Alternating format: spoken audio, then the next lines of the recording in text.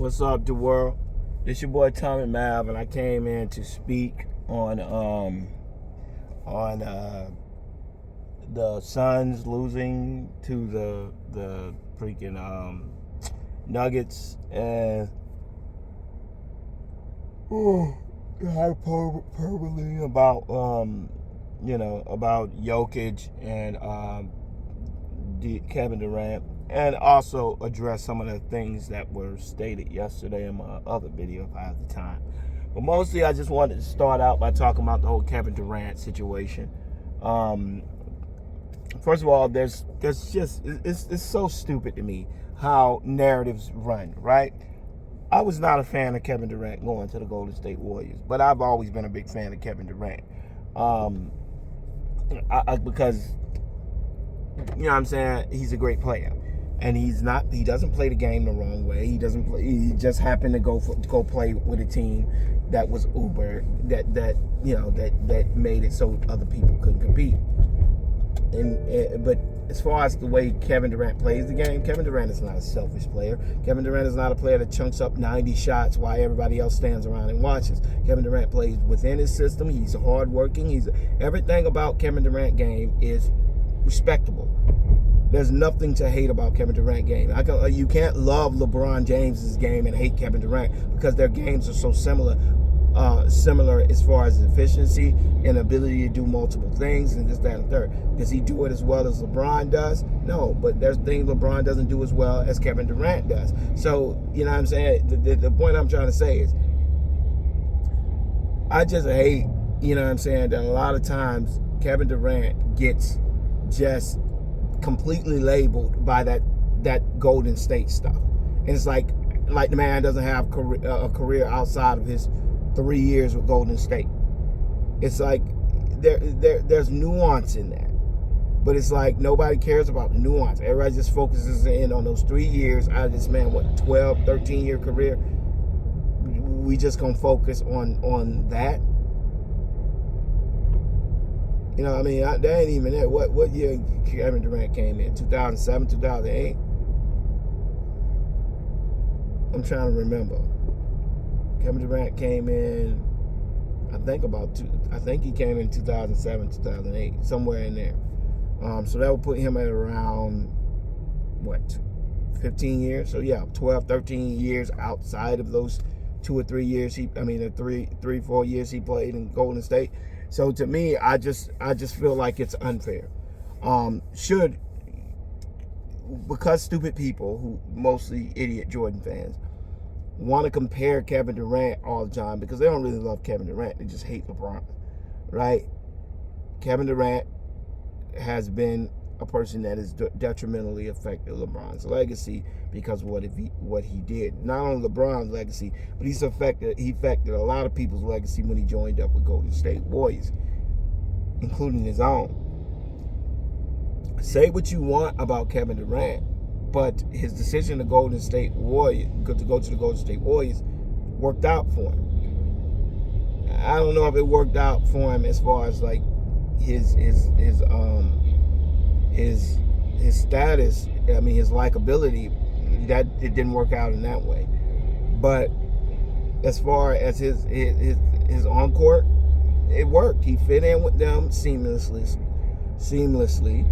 and they won a lot of games, and they were a really good team. He decided, this is what keeps killing me, right? Everybody keeps coming in and saying, well, you see what Kevin Durant is when he doesn't have Steph Curry. Well, who the hell isn't? That's like saying you see what LeBron James is when he doesn't have Kyrie Irving and Kevin Love or Chris Bosh and Dwayne Wade. Well, damn straight, they're not gonna be the same player. Like, it's just crazy. These people who try to make it look like Kevin Durant needed Golden State more than Golden State needed Kevin Durant, need to go back and look at the tape. Once the Cavaliers, there's a reason why the Cavaliers came back from 3-1, because they found out very quickly that when the Warriors are, when you get them, really the only person you have to really get in ISO is Steph Curry. They got him in ISO. They got him in ISO. They got him in ISO, and they made him work on defense. Kyrie Irving put him to work. Consequently, he couldn't do anything on the other end. He couldn't give the points he normally gives. You can't rely on that from Draymond Green. And Clay can give you only so much. So at the end of the day, Iguodala, all those guys, they were good, but they were not able to sustain that. And they would have lost to the Cavs if they played them. Hell, they almost lost that first game when LeBron was by himself at home. So could you imagine what would have happened if LeBron would have played them with Kyrie Irving again? Without Kevin Durant, they would have probably got annihilated. They won 2 games. They won 2 games when they won a game with that super team they were playing with. The Cavs still won a game. Could you imagine what would happen if they would have played them without Kevin Durant? So this whole narrative that the Kevin Durant needed the Warriors more than the Warriors needed Kevin Durant, it was a mutually dependent arrangement. But I don't think any of the Warrior players ever actually wanted Kevin Durant on the team. They just needed him on the team. That's why Kevin Durant said he felt like that. And that makes sense, seeing as one of their biggest rivals were the Warriors, were the Thunder. And they one of their biggest competitions was the Thunder. So when you take the head off that snake and you put him on the Warriors, it's like selling your soul. It's like, yeah, we beat LeBron, but at what cost? You know, they went from a beloved team to one of the most hated teams. Everybody wanted them to lose. Everybody hating them, hating Steph, hating KD. I'm pretty sure at the end of that arrangement, both of them were more than happy to end that arrangement. Steph Curry went back to being beloved, and Kevin Durant went back to being beloved once they split up. But when they were together, nobody liked that. But the problem with Kevin Durant is that Kevin Durant once again went to another super team. So once again, the ire for Kevin Durant went back up again. Steph stayed on his team. His team just ended up being talented because he has a good front office. Kevin Durant went to the Brooklyn Nets, terrible front office, and decided to join up with Kyrie Irving, which was possibly the dumbest decision he could have made. And that he hitched his wagon to the wrong horse, and it continued to keep a detrimental cloud over Kevin Durant. It's funny that he said that about LeBron, about he keeps the cloud, LeBron just has a negative energy that seems to follow him. Yet you realize the same negative energy that you thought LeBron had over him started with him. And he brought that same negative energy over to you. And it's because LeBron was a leader, and in that instance, in that specific instance, KD should have been more of a leader. You got to at some point pull Kyrie Irving to the side, but that was the difference. Kyrie Irving was able to do free reign to do what he wanted, and that situation I think was very detrimental to Kevin Durant's legacy because he was essentially playing with his arms tied behind his back. First, he ran James Harden out of there, your point guard. He ran him out, and once he ran him out, now and he's starting stuff over nothing. Nobody generally knows what this guy's going to do from a day-to-day basis, and what situation he's going to find himself in from his extracurricular stuff at any point. And he's a sponsor killer. You know what I mean? Kevin Durant had one of the most popular shoes at one point in the world. So did Kyrie Irving. They dropped fast because of the drama and the external stuff that ain't got nothing to do with nothing. So Kevin Durant put himself in a bad position by hitching his wagon to Kyrie Irving. But in doing that, one thing he did do was showcase how good of a player he was. Because even with all that distraction, Kevin Durant was still a beast. So now what happens? Kevin Durant gets injured again. Now they trade him to the Suns. Nobody takes into account the fact that he got traded to the Suns with like 10 games left. Right? He has no chemistry with any of the players, and you can clearly see he has no chemistry. Last night, he's going, he's thinking that they're going to be there. They're still behind. They're running. He's thinking of three over here. He just does not look in sync. Kevin Durant is a good passer, right? But he looked out of sorts last night. They wanted him to run. They had him running a point, and Kevin Durant just looked off because he hasn't had enough time with those players. And I know people I understand it. If that was LeBron, I get it. But you can't let the Jordan idiots taint something. Kevin Durant ain't got nothing to do with Jordan idiots.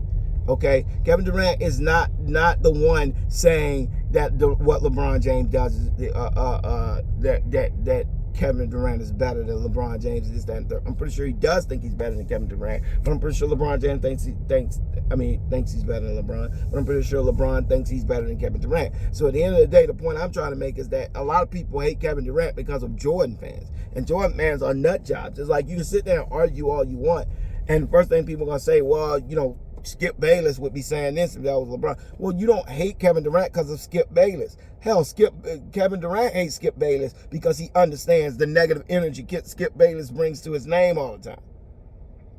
So it just annoys me how whenever people can't wait to see Kevin Durant fail because of idiot Jordan fans.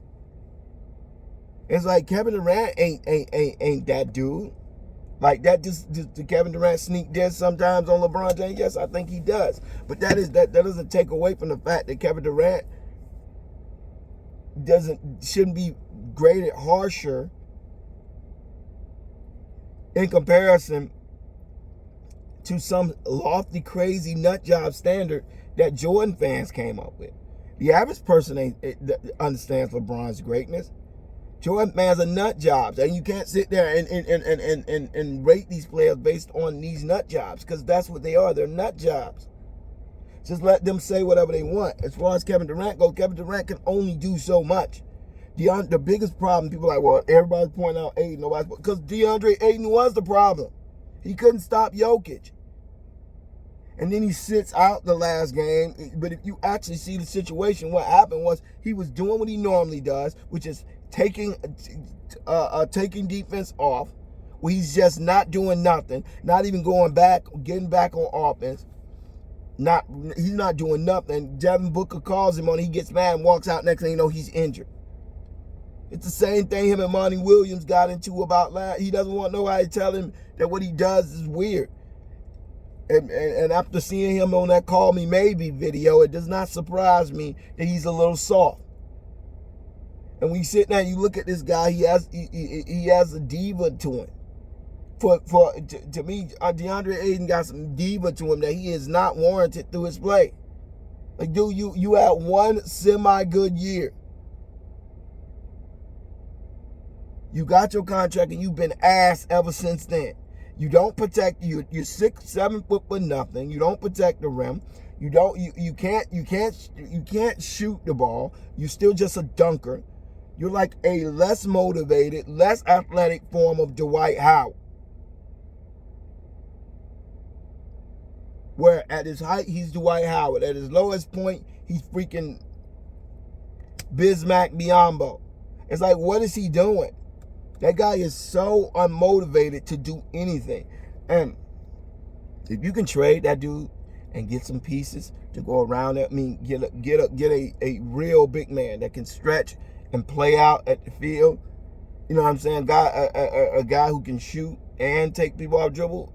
Thomas Bryant for the Nuggets would be a good pickup for the Suns, because he has a good engine. Good motor on him, and he's good. So I would look for him to step in next season. But to lose in 6 games, obviously that's not ideal. But freaking Aiden tapped out. CP3, as we all assumed he would, got hurt. And once that happens, now you giving up all your bench. You ain't got nobody who can replace that because you've given up everything to get Kevin Durant. So CP3 going down is possibly the worst thing that could have happened. So you don't know where they would have been if CP3 never got hurt, because CP3 gets the best out of Ayton. So when you lose CP3, you don't only lose CP3, you lose DeAndre Ayton as well. offensively and defensively. If he's not doing good offensively, defensively he doesn't try. So you losing all of that when you lost CP3. And at this point in CP3's career, I mean, bro, we got to start asking a question. Every time you have to overexert yourself, you end up injured. Maybe it's time to just retire. You know what I'm saying? Retire. Maybe they can get in some Kyrie Irving or something like that next year to be able to play alongside them.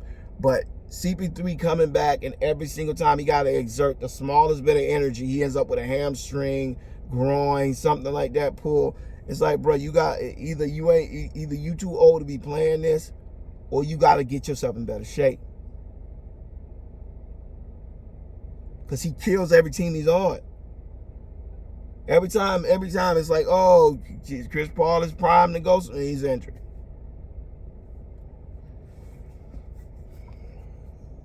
And this whole narrative that Jokic, I heard someone say Jokic is the best offensive player in the league. Are you out of your freaking mind? The hyperbole kills me, man. If you watch that game, Jokic was not doing some amazing thing, right? They were running pick and roll action. He came to the foul line. They would do the pick and roll actions. It's very simple. It's a very simple concept. If they don't come out, he just stands in that spot. He gets to a spot. They had nobody who could get him off that spot because nobody was big enough to get him off that spot, and he could shoot over anybody they put there. So they gave him the ball. He bodied and shot over Bismack, Biyombo, and Landale. I mean, I'm supposed to be clapping and freaking circus ceiling over that. It's like, no, yes, Aiden is a C- defender, and the rest of the guys are not big enough. So am I surprised Jokic was scoring 30 points a game? No. Yeah, there's a reason Jokic ain't been scoring 30 points a game in the regular season, because he's not that good of a scorer. So to turn around and say he's the best scorer in the league because he did that against an undermanned Suns team, it's like, stop it.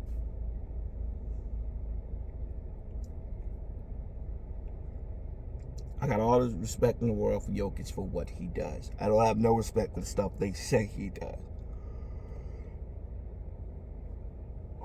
He's picking the team apart. He's not picking no damn team apart. Those players are making those cuts. They're cutting. Jokic is very limited. So all he does is get the ball in the center of the court. You got all these actions going on around him, and he just picks one and which somebody's cutting. He's not doing what LeBron. This is what makes me so angry when people start comparing people to a Luka or LeBron. And even Luka doesn't do what LeBron does. Luka's closer to Kevin Durant or James Harden than he is to LeBron. LeBron is actually moving pieces based on personnel. You go over here, you go over here. Now we're going to run a pick. That's not what Jokic does. Jokic gets the ball in the paint, deep in the paint, in which the team has to get over to him so he can't shoot over top, and then he passes it. That is not the same thing as being a great passer. An idiot can make those passes. The guy's cutting wide open, he's just shooting it to him. But they love the narrative surrounding Jokic sometimes is more annoying than his actual game. I don't think Jokic is a person who is extremely arrogant. He doesn't come off that way. He comes off as a hard worker who knows how to play the game. Jokic is a great player. But do I think you can plug Jokic on any team in the NBA and he'd play the same exact way? No.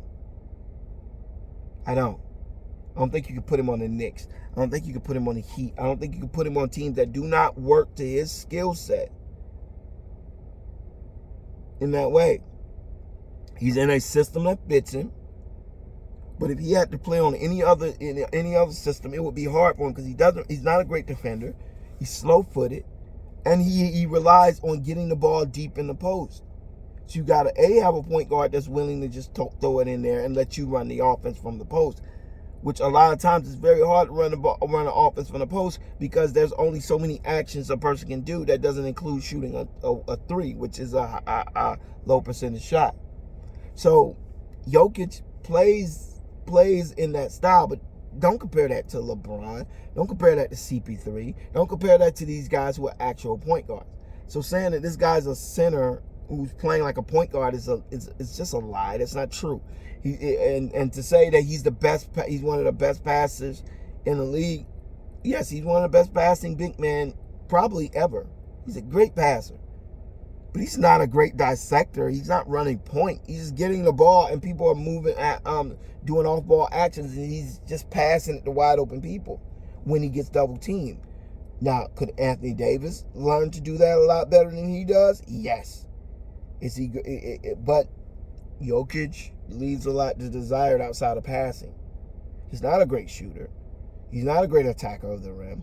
He's not a great defender by any stretch of the imagination, whether he's talking about rim protector or a perimeter defender. He's a liability on defense.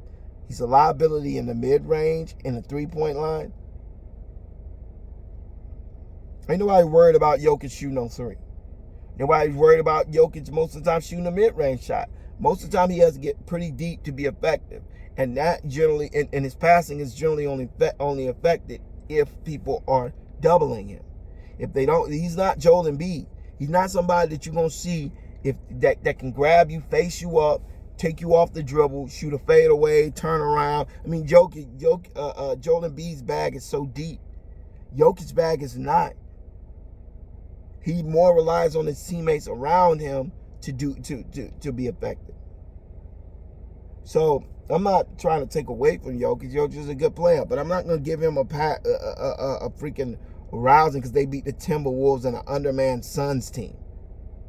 Oh, well, they proved all the haters wrong. No, they didn't. They beat the Timberwolves, undermanned Timberwolves, and an injury-prone Suns team. I'm not gonna turn around and turn that into world-beating stuff. They beat the Suns in 6 games without CP3 and Chris Paul. I mean, and DeAndre Ayton. I'm sorry, that's not really impressive. They were struggling with the team with the team absent of their number one point guard for all of the series.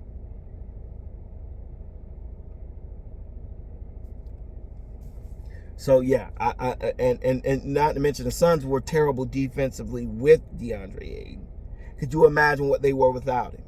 And they were terrible with CP3. Can you imagine what they were without CP3? Because CP3, quiet as it's kept, is a great defending guard, even at his age. He's not what he used to be, but he's definitely better than Cameron Payne. So these things need to be taken into account. They never generally are, because sports now is more about narrative than it is about the truth. They're not trying to get the truth out. They're trying to get a narrative out. And the narrative is, oh, let's make a good narrative so that when the game starts, oh, Nikola Jokic is overlooked. Might overlook Nikola Jokic. They think that people give him credit for what he is. But saying he's the best offensive player in the league, I damn near spit out my drink when I heard them say that. Barkley is a white person ass kisser. He ain't seen a white player that he ain't liked. That dude is such a kiss ass Uncle Ruckus when it comes to white people. He do not like Jokic that damn much. He just it's just anytime a white player does anything that he can applaud them for and get white people to say that's a good black kid, that's a good black boy, he's gonna do it. Jokic is a great player, amazing player. I don't love to watch him play, but I love the way he plays. And I don't have no problem with Jokic whatsoever. He just is what he is. I don't have to lie and embellish what he is. He is what he is, which is a great player. Why is that not enough? Oh, yeah, because they got to make up for the bullshit awards they gave him the last 2 years. It's like, come on, man. Let's call a spade a spade. Jokic is a great player. Nobody's denying that. But just because he's a great player, don't make him the best offensive player in the league. We're ended on that. He's great. They beat the Suns, but let's be honest, they didn't actually beat the Suns. They beat a injured version of the Suns. And they did not. The McDaniels, the top defender for the Timberwolves, was not there. So they played the Timberwolves without one of their best big men, who they can replace, the athletic big man that would have probably given Jokic problems, and they replaced him with Carl Anthony Towns and Rudy Gobert. And then he gets DeAndre Jordan. These are guys who are consistently underperforming big men. I will make a declaration. He will not do that shit on Anthony Davis. Trust me. He will not be getting the ball at the foul line thinking that he's gonna be just shooting over top of Anthony Davis. That shit ain't happening. He's not gonna be banging with LeBron thinking that he's not gonna get called for 5 seconds. He's not gonna go nowhere. LeBron's gonna stay on him. And as far as rebounds and they're gonna put his ass in that pick and roll, and LeBron, Austin Reeves, Dennis Schroeder, whoever, because they got D'Angelo Russell. That's the thing that makes the Lakers special. You cannot hide somebody defensively when the Lakers have the ball. They will seek him out, and they will get a one-on-one with him. And Jokic will be dead tired by the end of the second quarter. Trust me.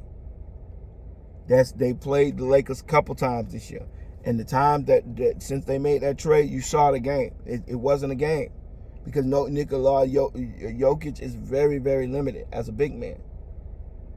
But he can be very dominant if given the right circumstances. But anyways, that's all I want to say. Please comment. Let me know what y'all think about the unfair. I feel like unfair Jordan-centered Kevin Durant hate. And the what you think about the hyperbole about Jokic. Let me know. Please comment on this in the section below. Thumbs it up if you like, and please, if you're not subscribed, do me a favor and subscribe. All right, y'all. Peace.